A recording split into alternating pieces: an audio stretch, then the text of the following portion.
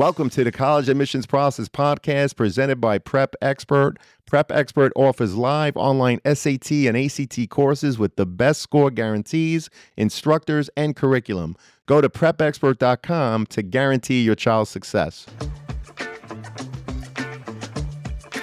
Welcome to The Cap, where we are here to speak with college reps and other professionals in the field of college admissions to help answer all your questions and guide you through every step of the process. So if you're serious about college admissions, you've come to the right place. Are you ready? Let's talk about it. And now, here's your host, Dr. John Durante. Welcome to The Cap, the College Admissions Process Podcast. I am your host, John Durante, and it gives me great pleasure to introduce to you today Alex Hall, who's an admissions counselor at the University of Washington. Alex, so happy to have you here today. How are you? I'm doing very well. It's great to be here, John. Yeah, thank you for having me. It is our pleasure, and we're happy to have you. So what is it, Alex, that you could tell us about the University of Washington that sets it apart from other institutions? And what aspects of the university do you believe make it attractive to so many prospective students? Many people who are familiar just generally with education in the U.S., know your flagship public institutions. So you might be thinking of Michigan or Texas or, I don't know, New York, like if you consider like Stony Brook the flagship or like Buffalo or, whatever it would be. Well, those and Binghamton, and ironically, I went to Stony Brook as an undergrad, so that's quite funny. That's great. Yeah, my mom went to Fredonia. Fantastic. Fantastic. Yeah. So, one thing about UW is that, we are the biggest public university, and we're even the biggest university in Washington State. But even more than that, we really specialize in research. The numbers that I often tell students, and they're like 2021. I wasn't able to find more up-to-date numbers, but we are the public university with the third most research funding in the U.S. So UC San Francisco, which is a graduate-only program, and then University of Michigan is number 2, and then we're number 3. So nothing against University of Michigan, even though they beat us in football, but definitely lots of great institutions. But we really specialize in research. So I think for Washington students, if they want to come, this is the biggest university in the state for them, very prominent academics.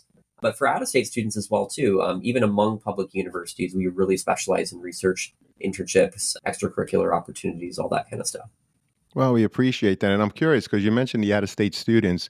What percentage would you say are from out-of-state? Do you have a general ballpark on that? I do, yeah. It changes from year to year. From the undergraduate population, this year about 75% of our students were in-state, and then the rest were either out-of-state domestic or international. About 15% were out-of-state domestic, and then the rest were international. So would that be like 11% international, which 15% out-of-state domestic doesn't sound like a lot, but we also have 33,000 undergraduate students. So wow. There actually are quite a few. Yeah, definitely a nice size school. And, one thing that I want to mention is the fact that your students are really happy once they come there, because I read that your retention rate is an amazing 93%, which means the percentage of students after that freshman year that return is 93%. 70%, of course, is around the national average. So, Alex, what's the secret to keeping all of those students happy and wanting to come back? Yeah, I'm not sure if it's one secret. One thing that I think is contributing to a lot of that is that UW is really the nexus for a lot of like programs here that you can't get anywhere else, at least in the Pacific Northwest. So for instance, we have an extremely renowned atmospheric sciences program, but we also have a very renowned business program. We have a very renowned computer science program, aerospace engineering. So there's like disparate programs. And for most students as well, too, it actually can take a couple of years to get into the major. The nice news is that students are getting into their majors. They, are coming back year 2, able to get into their majors at that time. So, and they have the materials and the resources to do that. But I think a lot of people, they do see the options that are available to them in their first year, like, oh, I want to come back for year 2, especially since many of them actually aren't in their majors yet, too. We have a lot of that exploration that students can do. Well, those are definitely a lot of great programs, and we'll unpackage different things about them in terms of the application review process. And of course, I was curious about just that. Alex, could you walk us through the general Mhm. process of how applications are reviewed at the University of Washington, including the key factors that you consider most important when evaluating your applicants? Mhm. So we're a selective institution, meaning that we have more applicants than we can admit.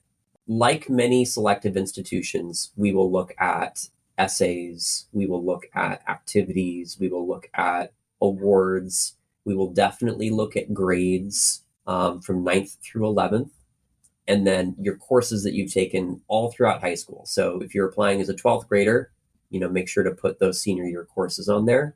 Unlike other selective institutions, that's pretty much it. We can talk about tests as well too later in the show, but those things that I just mentioned form the core of what we look at. So we're not looking at letters of recommendation. We're not looking at school profiles. We're not looking at, if you have family members who went to UW, or we don't do admission interviews or anything like that. So it's actually a relatively small number of factors that we're considering. But within that, for the grades and the courses, we want to see students who, of course, are doing very well in their classes. But even if you don't have a 4.0, we're looking especially hard at the rigor of the classes that you've taken in your junior and senior year, especially. Are you spreading out some of those classes in different subjects like English, math, social studies, science, world language is really important for us as well too. And then for the non-academics, the essays, the activities, the awards, we are just really looking for evidence of unique perspectives, maturity, responsibilities that are above the norm. So we really encourage you to put anything down on there. You don't just have to put a school club. You can put a part-time job. You can put something super informal. But we're really kind of looking for evidence there. And our applications are due November 15th each year for fall, which means it's very early. It also means, too, that many students don't have their senior year grades by that point, even for first quarter, first semester. So we actually aren't looking at senior year grades at all in the process, but we do want you to talk about the classes that you're taking that year, because we're going to consider all of those too. I know that was not necessarily a chronological, uh, That's fine. talking about Keep how we going. work, but does that work? It definitely works, and a follow up to that. In terms of the senior year grades, I'm assuming that you want the students to explain the progression, right? The ramps that they Yeah. built over 4 years. And of course, you're not seeing the grades in senior year. But if you could just Mhm. elaborate on that in terms of if I want to apply to the University of Washington, what are Mhm. some of the things that I should be pointing out in terms of Yeah, my course selections in senior year? absolutely. You were correct that progression of level is very important in our admission process. So if, for instance, like math, ninth grade, you're taking Algebra 1, 10th is geometry, 11th is Algebra 2, 12th is pre-calculus. We're going to see that as a pretty normal progression of level. So even just reporting those courses on the application is great.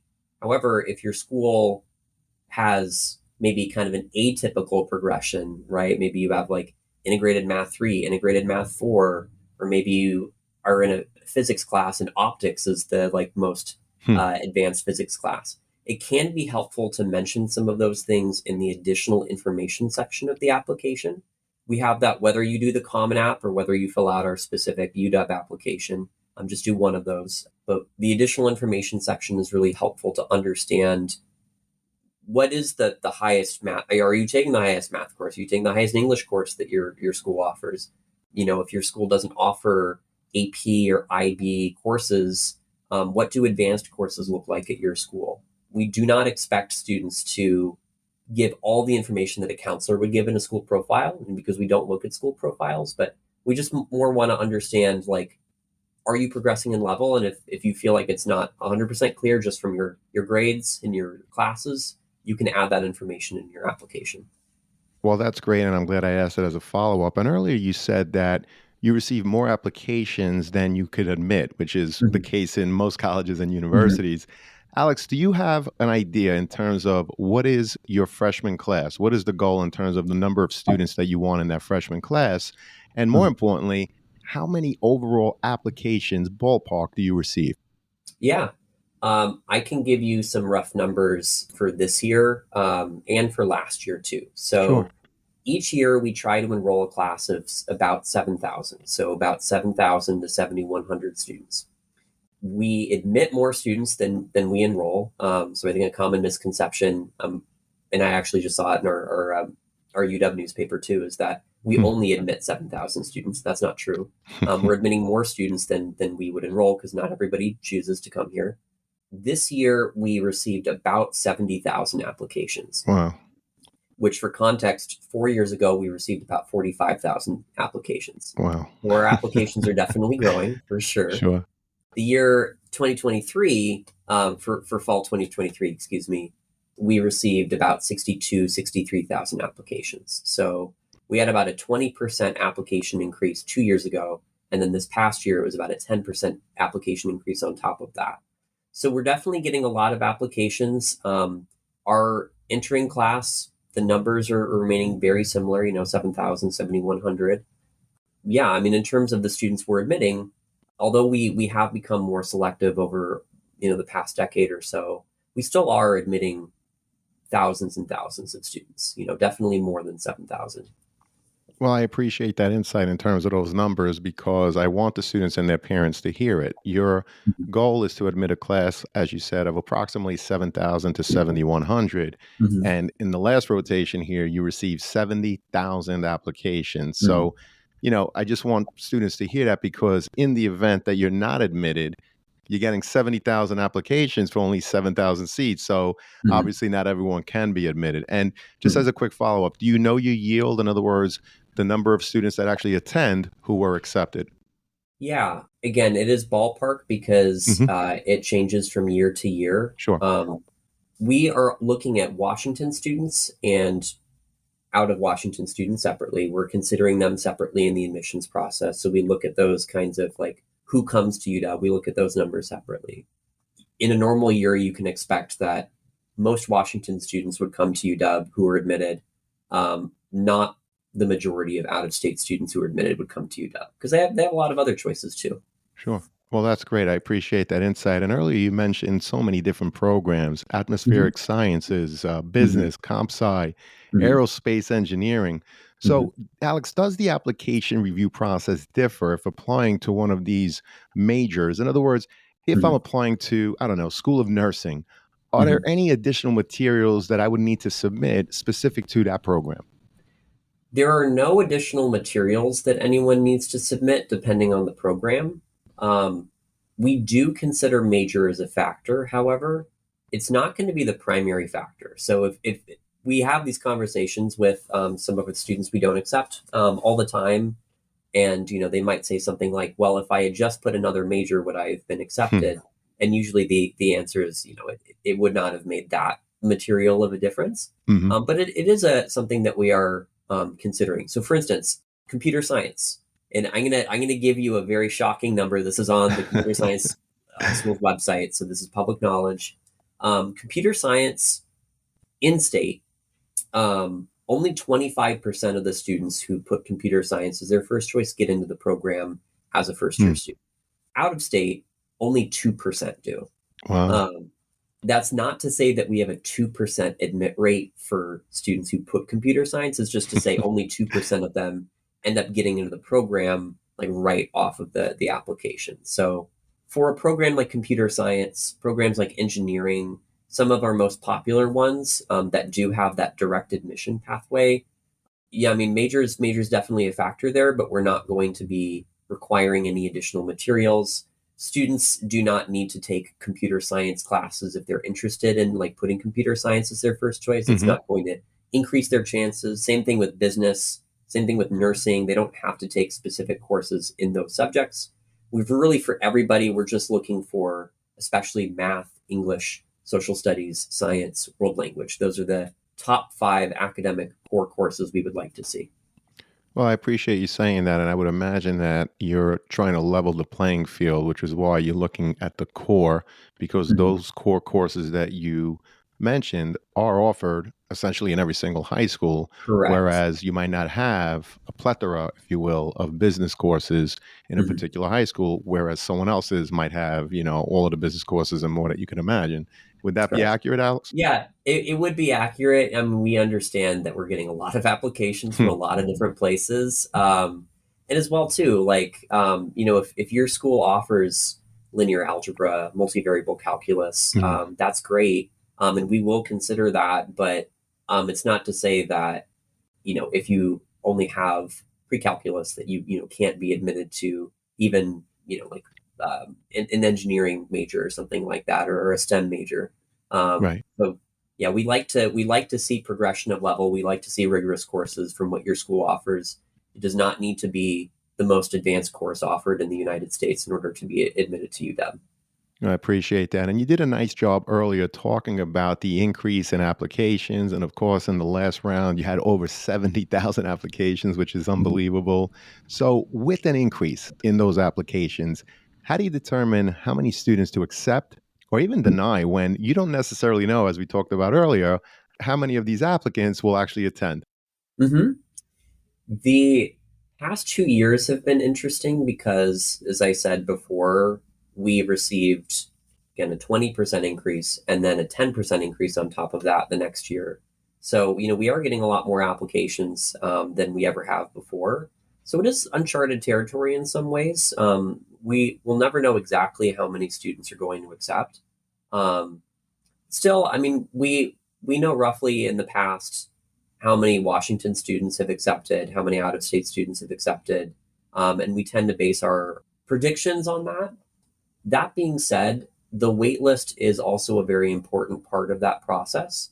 At many other institutions, including ours, nobody is going to be able to 100% predict like how many students are going to enroll and get it absolutely perfect, hit right on 7,000 or whatever their goal is.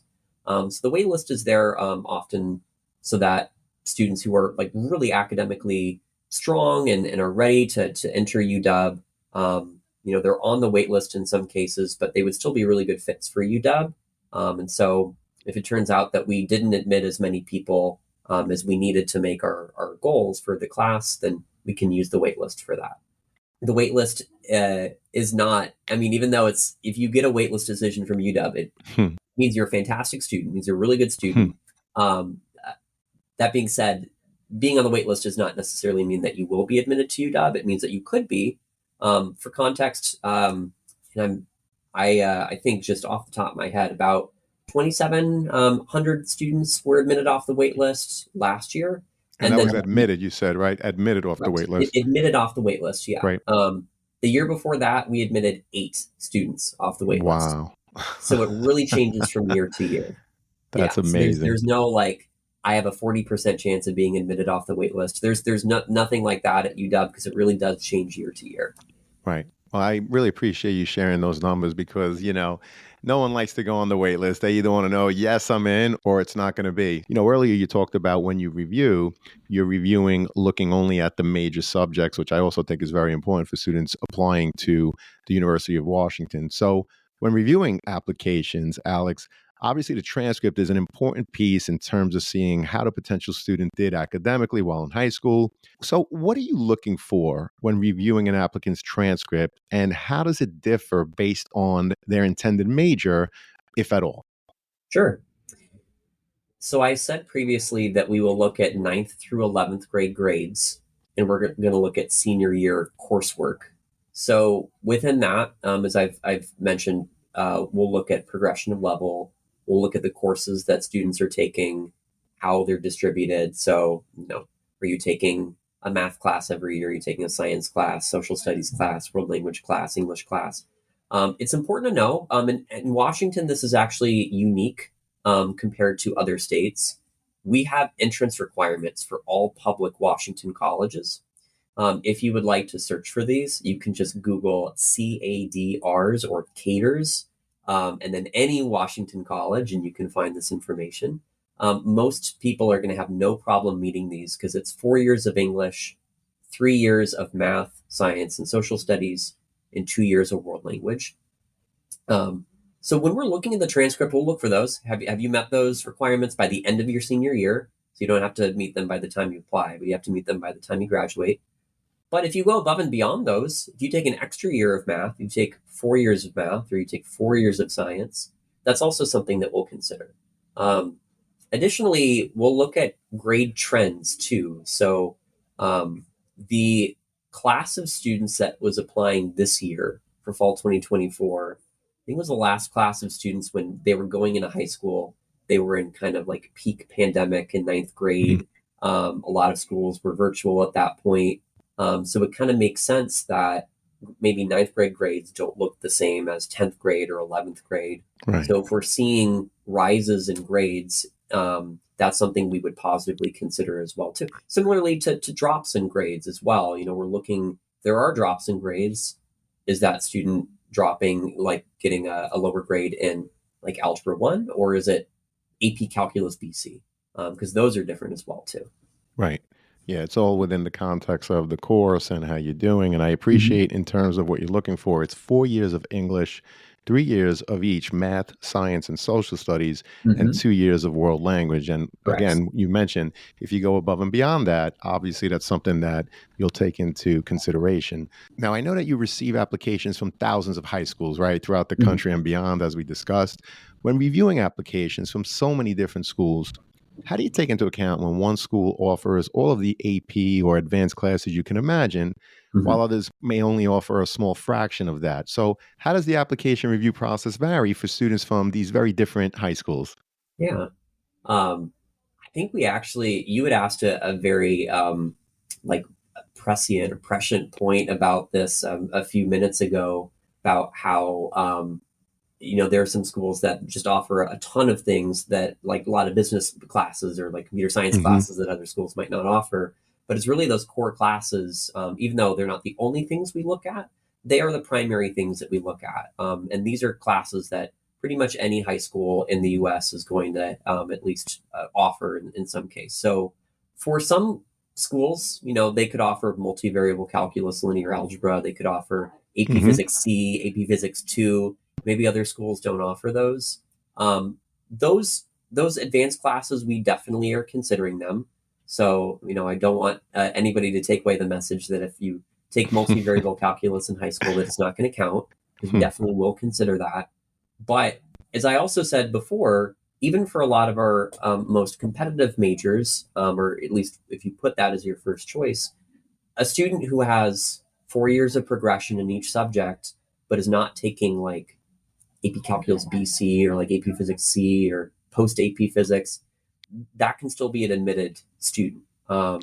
So we like to see students cap out in their senior years at some of the most rigorous courses that are offered. We're not tracking if it is the most rigorous course that your school offers, but as I said, the additional information section in the application can be a great place to say, hey, my school doesn't offer AP Calculus BC. We only have AP Calc AB, or here it's called just AP Calculus. This is the highest math my school offers. And that is something that, if a student only has access to that, they still absolutely could be admitted, even if they put a lot of our STEM majors. Similarly, too, we don't look at school profiles. So if there are pieces of information that you as a student feel are important to add, for instance, my school only lets me take 4 AP classes a year, or we usually offer IB Math HL analysis, but we didn't offer it this year. That's absolutely appropriate to put in the additional information section. It's typically not going to be something that's going to make or break an application, but it is helpful context, especially since we don't consider school profiles. Yeah, and I appreciate you mentioning that you don't consider school profiles. So I guess it's very important the letter that the school counselor provides. You do accept one of those? We don't look at any letters that the counselor provides either. Interesting. We're very limited in terms of the information that we provide, which I know can put a lot of onus on the student. So there are some negatives about that for sure. But the positives are that the student can determine like what's relevant to them, what should we know, and absolutely can talk about that in the application. Well, I'm so glad that we're having this conversation because, yes, you have to take agency students, right? In terms of this marketing package, you want to make sure that you present the most comprehensive picture, not only of yourself, everything that you've done in the classroom and in terms of your activities, but also, as Alex said many times throughout the podcast episode here, if you need to explain certain contexts, for example, there's a limit in terms of how many advanced placement courses that you can take, you definitely want to indicate that in your application, which is, of course, very important. Alex, what about your philosophy, or I should say the University of Washington's philosophy regarding standardized testing? hmm we are test optional, but I'm sure, John, you've talked to many, many different college representatives, and many of them are working for test optional universities. And what that actually means might be completely different depending on the person you talk to. We are pretty close to what a lot of the like California public universities are, Hmm. where even if you submit a test score, we rarely consider it. And I know like the UCs and the CSUs, at least of recording this, to my knowledge, don't consider it at all. Yeah, they're test Um, free. They don't consider it all. exactly. You're 100% Yeah. right. We're close to that. We're not all the way there. So definitely if students submit test scores, it's never going to hurt their application. There's a space to do it on the application. So you don't even need to send official test scores unless you want to show us scores that were taken after the application deadline. So from November 15th through December 31st is when you can send us official test scores if you like.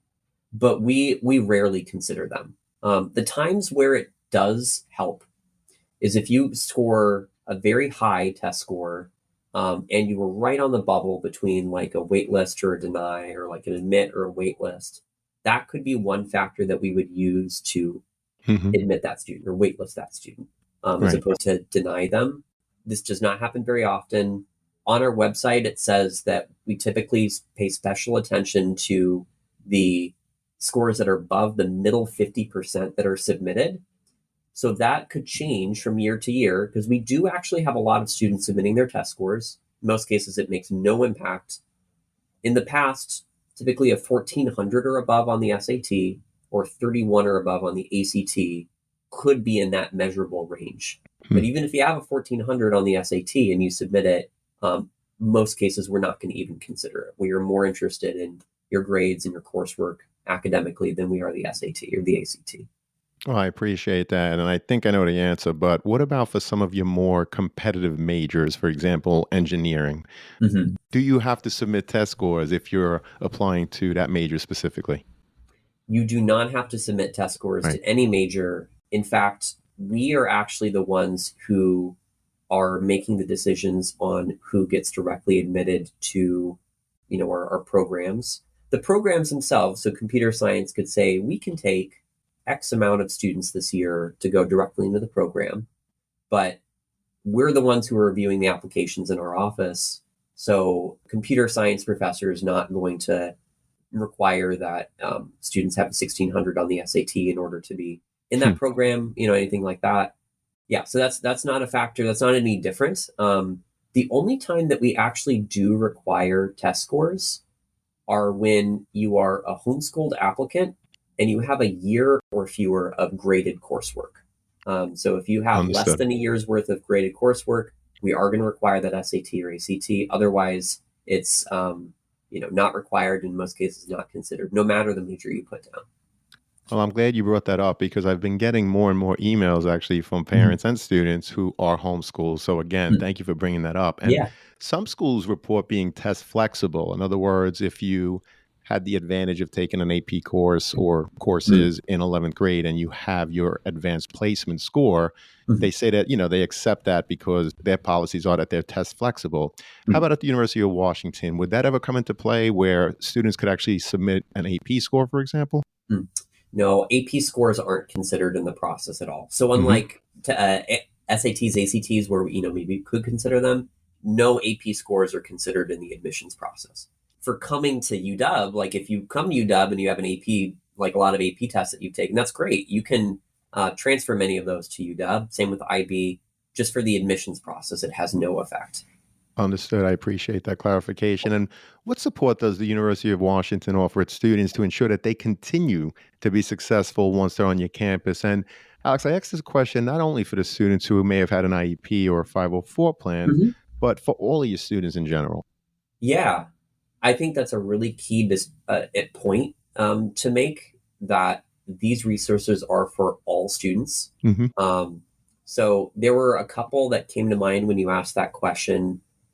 Disability resources for students, or DRS. And then there's academic support.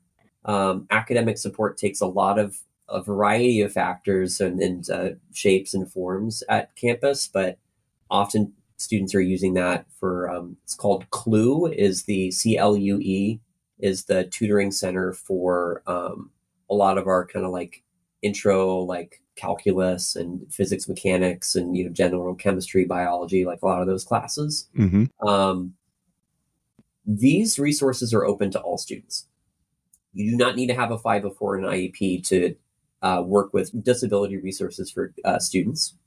You do not need to be failing your general chemistry class to go to CLUE. Same thing with the Writing Center. And then our libraries, many departments offer tutoring and other sessions as well too.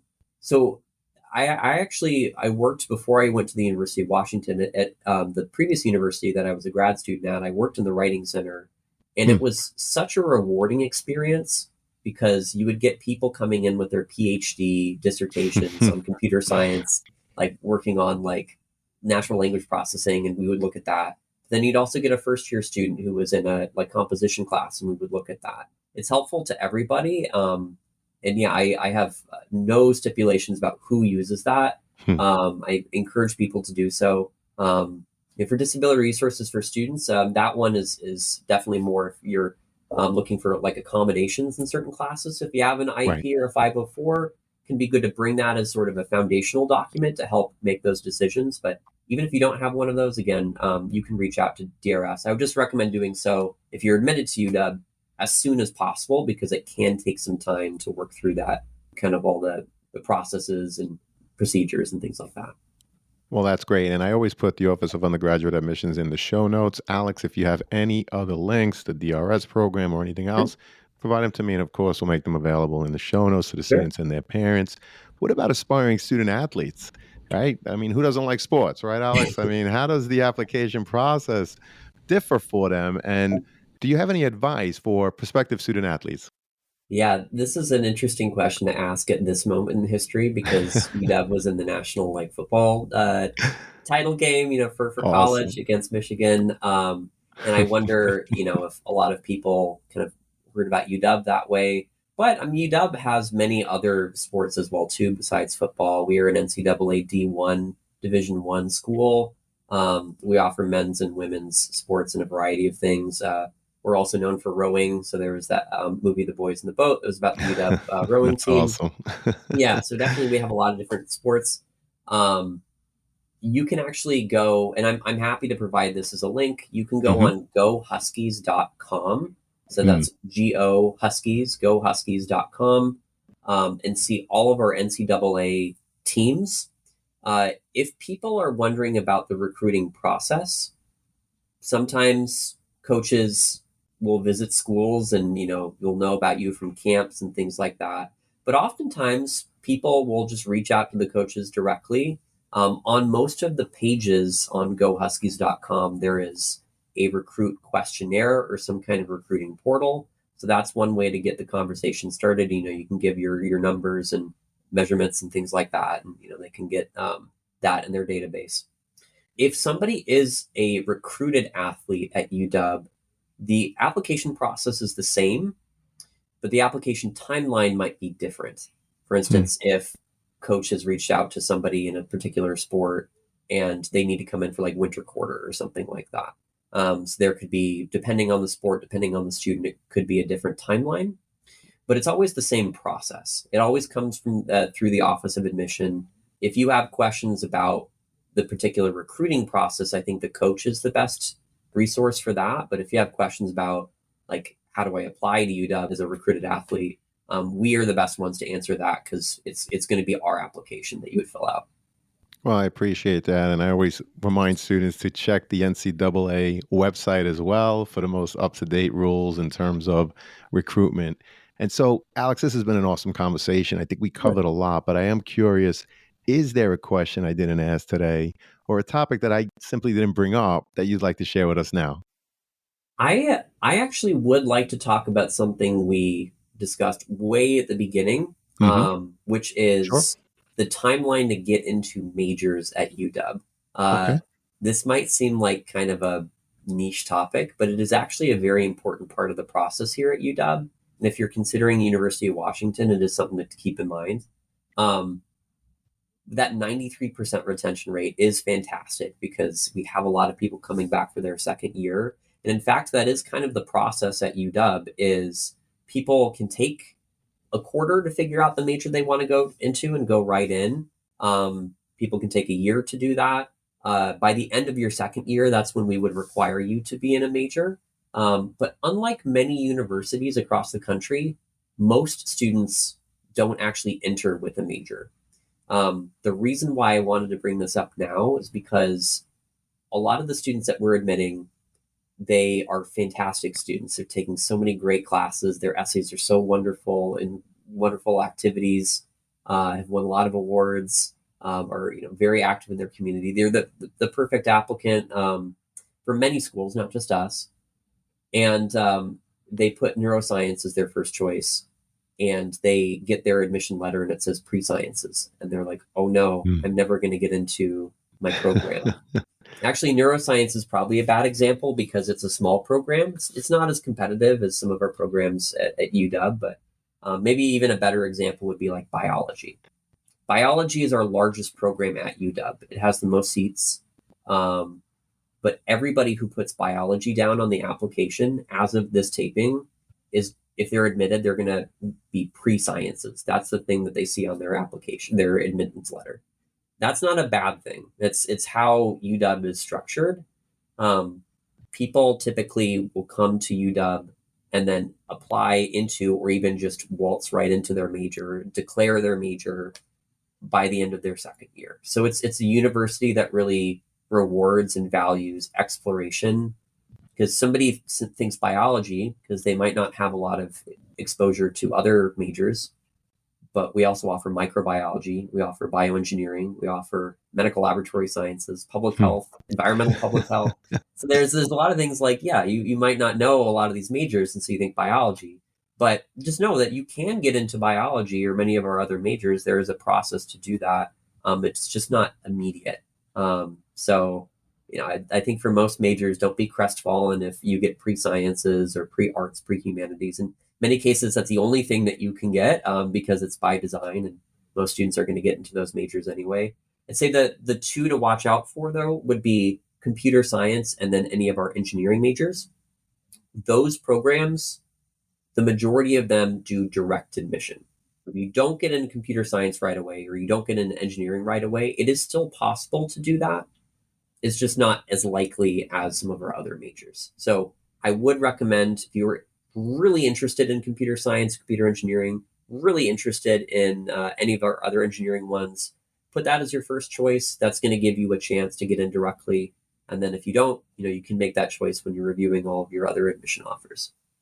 Well, I appreciate you talking about your direct admit programs, but also explaining, for example, if a student wants to be a biology major, they may be accepted as as you put it, a pre-science major, right? And that's because I'm assuming that first year, as you mentioned, is the exploratory period. We know that a lot of students change their majors. So it's giving them, I guess, is it 1 year to really explore and then really get into the major? Biology is a really good example of one that takes about 1 year. If you have not completed any collegiate classes at all, it's going to take about, because we're on the quarter system, so it would take about 3 quarters to meet the requirements to get into that. But you're not like extending the amount of time that you would be in school. It just means that you would get into your major maybe by the end of your first year, or maybe by the end of your second year, but you would still graduate in 4 years if that's your timeline. Understood. And you mentioned the quarter system. So for someone that might not know, could you just elaborate a little bit in Yeah, terms of exactly what that is? absolutely. We do 3 quarters per year here, per academic year. So fall, winter, and spring. Typically in a quarter, in our quarter system, you would take 3 classes per quarter, and that would be 5 credits typically per class. So taking about 45 credits a year. If you are coming from a semester school, you might take 4, maybe even 5 classes a semester. So the benefit of going to a quarter school is that you're taking fewer classes at a time. They are accelerated. So a Hmm. Calculus 1 course on the quarter system lasts 10 weeks. whereas at a semester school, it might last 14, 15 weeks. Right. So yeah, it's really great for people who want that accelerated kind of timeline in their courses, but also don't want to be taking as many. And then one really great thing about it is that spring quarter ends early June. The next fall quarter doesn't actually pick up until late September. So if you don't do any summer quarter classes, which is, not mandatory, you have your vacation from early June to late September, which is great. Yeah, it's great.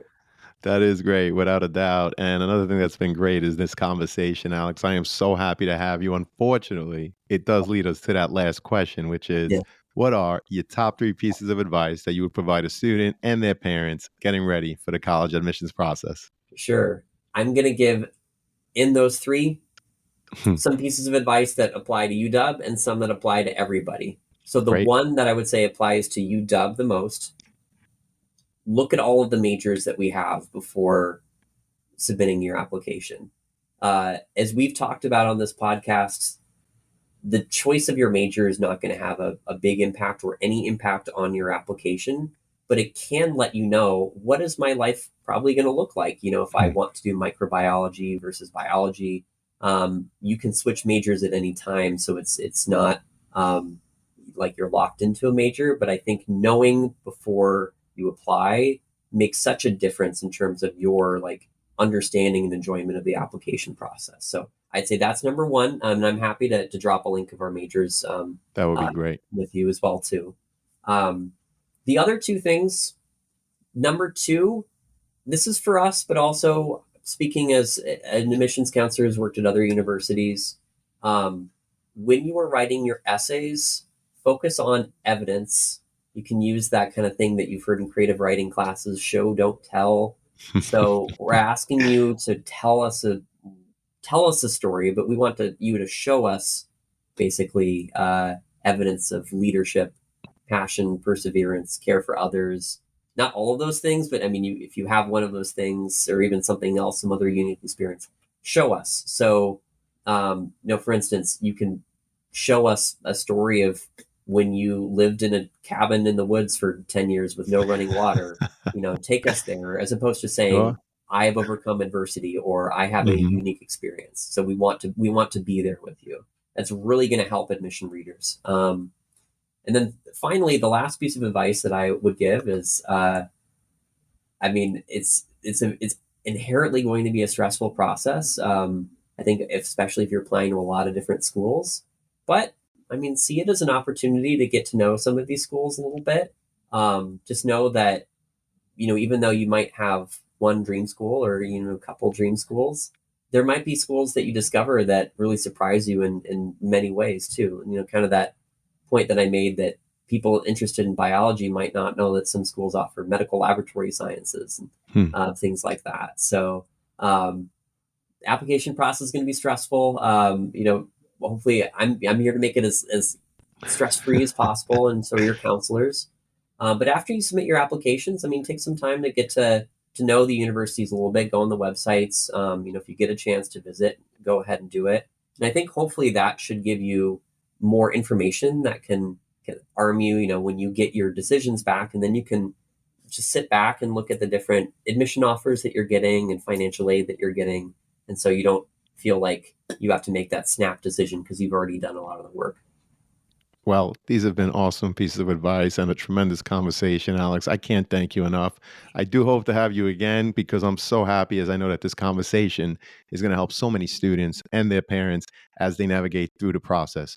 Take care, Alex. You were awesome. Thank you, John. Thank you so much for the platform. I hope you have a good rest of your day. You too. This was great. And to everyone out there, good luck as you navigate the college process. Take care, everyone, and best wishes.